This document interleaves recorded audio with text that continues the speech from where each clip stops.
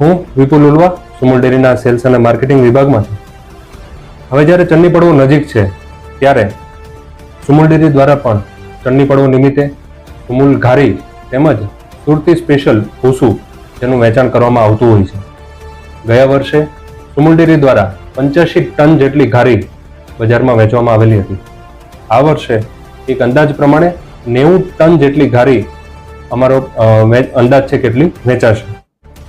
હવે આપણે જ્યારે સુમુલ ડેરીની ઘારીની વાત કરીએ તો એક કેસર બદામ પિસ્તા ઘારી જે સુમુલની ફ્લેગશિપ પ્રોડક્ટ છે તે આપણે વર્ષોથી વેચતા આવ્યા છે અને એ કેસર બદામ પિસ્તા ઘારીનો ભાવ 820 રૂપિયા કિલો જેટલો રહેશે અને કેસર બદામ પિસ્તા ઘારી 200 તેમજ 500 ગ્રામના પેકિંગમાં માર્કેટમાં અવેલેબલ રહેશે.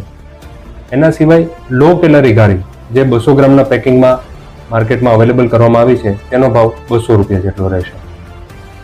હવે આપણે જ્યારે વાત કરીએ તો સુમુલ ડેરીના સુરત અને તાપી જિલ્લામાં આવેલા 150 જેટલા પાર્લર તેમજ સુમુલ ડેરીનું જે મેઇન ગેટ આઉટલેટ છે એ ખાતે સુમુલની ઘારીનું વેચાણ કરવામાં આવશે.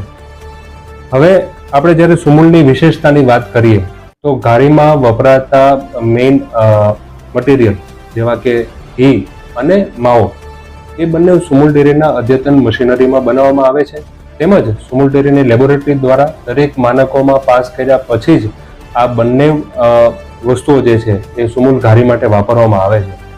તો જ્યારે આપણે વાત કરતા હોઈએ કે આપણે લખી છીએ કે સુરતમાં સુમુલ છે તેમજ સુમુલની ટેગલાઇન શુદ્ધતાની પરંપરા એને સાર્થક કરતી અમારી આ બંને પ્રોડક્ટ ચન્ની પડવો નિમિત્તે ઘારીમાં સુરતની જનતા માટે અવેલેબલ રહેશે અને સુમુલ ડેરી દ્વારા હું સુમુલ ડેરી વતી સુરતની જનતાને આ ચન્ની પડવોની શુભેચ્છા પાઠવું.